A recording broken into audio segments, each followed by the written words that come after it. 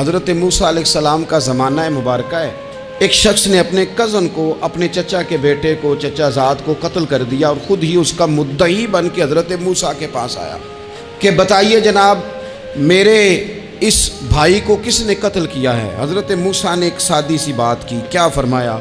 وَإِذْ قَالَ مُوسَىٰ لِقَوْمِهِ إِنَّ اللَّهَ يَأْمُرُكُمْ أَن تَذْبَحُوا بَقَرَةً۔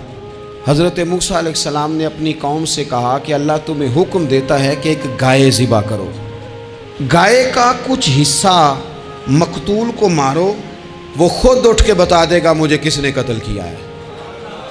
یہ پہلا سپارہ ہے قرآن مجید کا، آپ اس کو دیکھ لیں، یہ آیت نمبر 67 سے شروع ہو رہا ہے۔ تو اب وہ چونکہ ذبح کرنا نہیں چاہ رہا تھا، اس کو پتا تھا کہ مجرم تو میں خود ہوں، وہ ذبح چونکہ کرنا نہیں چاہ رہا تھا تو اس سے کہا کہ مارو ایک حصہ گائے کا، اس کو تو یہ اٹھ کے بتا دے گا۔ تو اس نے جواب کیا دیا؟ قالوا اتتخذون ہزوا، یعنی لگا آپ میرے ساتھ مذاق کرتے ہیں، کبھی ایسا بھی ہوا ہے؟ قال اعوذ باللہ ان اکون من الجاہلین، حضرت موسیٰ علیہ السلام فرمانے لگے میں اللہ کی پناہ مانگتا ہوں میں جاہلوں میں سے ہو جاؤں۔ ہر وقت مذاق کرتے رہنا یہ تو جاہلوں کا طریقہ ہے۔ کن کا ہے؟ حضرت موسیٰ نے کہا ہے، قرآن پاک ہے، ہر وقت مذاق کرتے رہنا، خوش طبعی اور چیز ہے، مسکراتے رہنا، لیکن کسی کا مذاق ہر وقت اڑاتے رہنا کن کا طریقہ ہے؟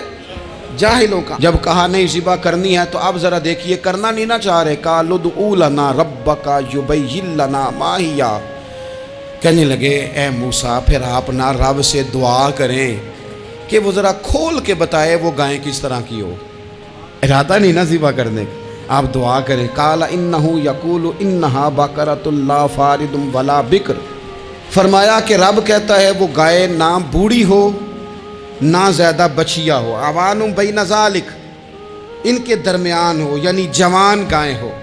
فافعلوا ما تؤمرون، کرو جس کا تمہیں حکم دیا جا رہا ہے۔ قالوا ادع لنا ربک یبین لنا ما لونھا، لو اگلی بات سن لو، کہنے لگے آپ دعا کریں رب سے کہ وہ کھول کے بتائے اس کا رنگ کس طرح کا ہو، رنگ بتائیں کس طرح کا ہو۔ قال انہ یقول انہا بقرۃ صفراء، فرمایا رب فرماتا ہے کہ صفراء رنگ کی ہو، یعنی گہرے زرد رنگ کی ہو، کہ رب فرماتا ہے اس طرح کی گائے ذبح کرو۔ فاقع لونھا تسر الناظرین، اور جب کوئی اسے دیکھے تو اسے اچھا بھی لگے، آنکھوں کو اچھی لگے وہ گائے، اس طرح کی گائیں ذبح کرو۔ لو اتنی باتیں بتا دی۔ قالوا ادع لنا ربک یبین لنا ما ہی، کہنے لگے نہیں آپ پھر دعا کریں اللہ ذرا کھول کے بتائے گائیں کس طرح کی ہو۔ ان البقرۃ تشابہ علینا، ہمیں ذرا گائیں پر شبہ پڑ گیا ہے کس طرح کی ذبح کرنی چاہیے۔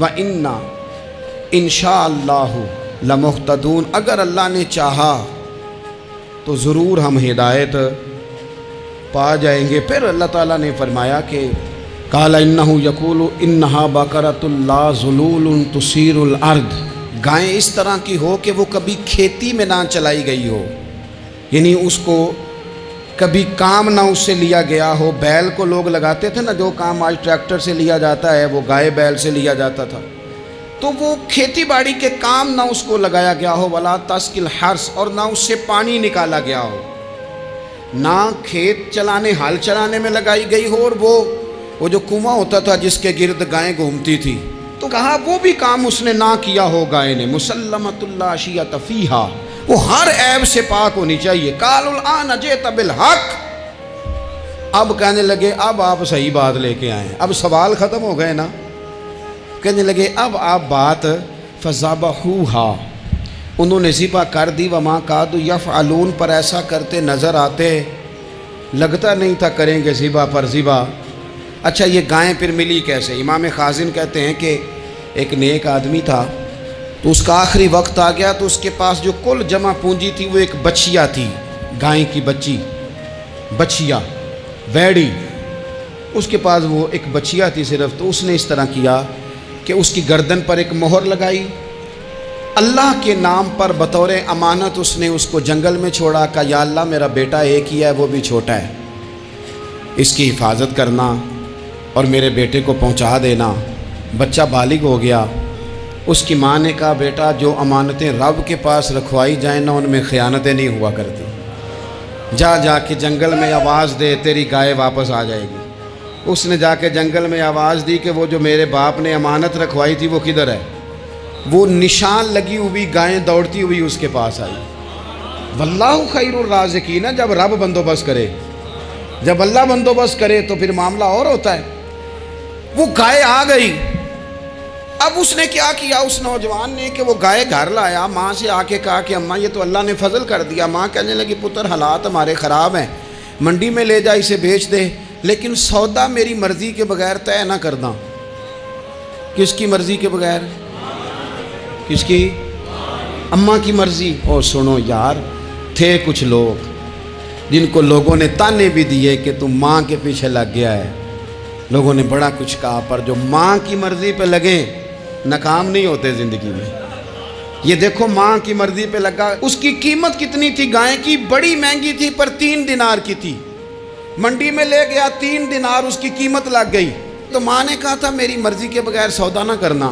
اب بچے تو نہیں نہ مانتے، اماں کو کیا پتا باہر بزنس کیا ہے، لین دین کیا ہے، پر ماں نے کہا تھا میری مرضی۔ بندہ دے رہا ہے اسے 3 دینار، اس نے کہا جی میں نے طے تب کرنا ہے، ڈن تب کرنا ہے، پہلے اماں سے پوچھنا ہے۔ گھر جا کے اماں سے پوچھا، اماں کہنے لگی دے دے۔ واپس آیا تو اس نے کہا کہ میں 6 دینار دیتا ہوں پر میری شرط ہے، ماں سے نہیں پوچھنا۔ اس نے کہا تو 12 بھی دے، ڈن تب بھی ہونا ہے جب اماں نے کہنا ہے۔ وہ جب اس طرح کی اس نے گفتگو کی، واپس اپنی والدہ کے پاس گئے، کہنے لگے اماں سمجھ نہیں آتی، 3 دینار کی گائیں بندہ 12 میں خریدنے کو تیار ہے، شرط لگاتا ہے کہ اماں سے نہیں پوچھنا۔ تو والدہ کہنے لگی پتر پہلے اس سے جا کے پوچھ کیا وہ ہے کون؟ یہ کوئی روحانی معاملہ ہے، کوئی غیبی مدد ہے، پوچھ۔ اس سے جا کے پوچھا تو وہ کہنے لگا میں تو فرشتہ ہوں اللہ کا، تو نے گائیں بیچنی نہیں، اس لیے کہ تیرا باپ بھی نیک ہے، تیری ماں بھی نیک ہے، رب تیرے رزق میں برکت پیدا فرمانا چاہتا ہے۔ ماں باپ نیک ہونا رزق میں برکت ہو جاتی ہے۔ ماں باپ نیک ہوں، ان کی صالحیت کا اثر پہنچتا ہے بچوں تک۔ رزق حلال کما کے لانے والے ہوں تو گھر میں برکت ہوتی ہے۔ جا کے کہا کہ تیرے ماں باپ نیک تھے، اسے نہ بیچنا گائے کو، تو کیا کریں؟ کہنے لگے بنی اسرائیل والے سوال کر کر کے خود مشکل میں آ گئے۔ اب وہ ایسی گائے جو جوان بھی ہو، یہاں تو ہر غریب آدمی اپنی گائیں یہاں لگا دیتا ہے، کھیتی باڑی میں یہاں لگا دیتا ہے، کنویں میں پانی نکالنے میں تو یہاں تو ہر ایک کی گائیں، تو ایسی گائیں جس کا رنگ بھی اتنا پیارا ہو، زیادہ بوڑھی زیادہ بچی بھی نہ ہو، اور ابھی تک کھیت میں بھی نہ لگی ہو، وہ سوائے تیرے کہیں نہیں ہے۔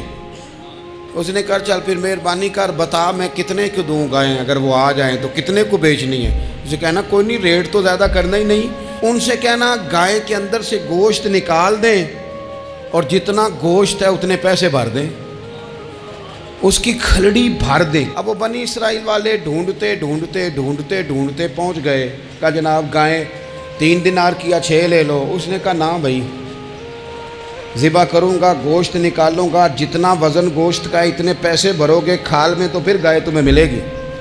اب مجبور تھے، کیا کرتے؟ ابن کثیر حدیث لائے ہیں، امام سیوطی نے در منصور میں بھی لکھی ہے، نبی پاک صلی اللہ علیہ وسلم نے فرمایا سنو جوانوں، اور اسے دل کی تختی پہ لکھو، نبی پاک علیہ السلام نے فرمایا اگر بنی اسرائیل والے زیادہ سوال نہ کرتے تو اتنی مشکل کا شکار نہ ہوتے۔ انہوں نے سوال اتنے کیے کہ چارہ نہیں ہے اب ان کے لیے، چارہ نہیں ہے اب ان کے لیے کہ یہ ادھر ادھر جا سکے، مجبوری بن گئی ہے، یہی گائے خریدنی ہے، یہی لے جانی ہے۔ اب اتنا سارا مال جمع کر کے وہ گائے خریدی، ذبح کی، تو مقتول کو جب اس کا ایک حصہ مارا تو اس نے اٹھ کے کہہ دیا یہ جو مدعی بنا ہوا ہے نا، یہی تو میرا قاتل ہے، یہی تو میرا قاتل ہے، یہی تو ہے، اس نے یہ سارا کام کیا۔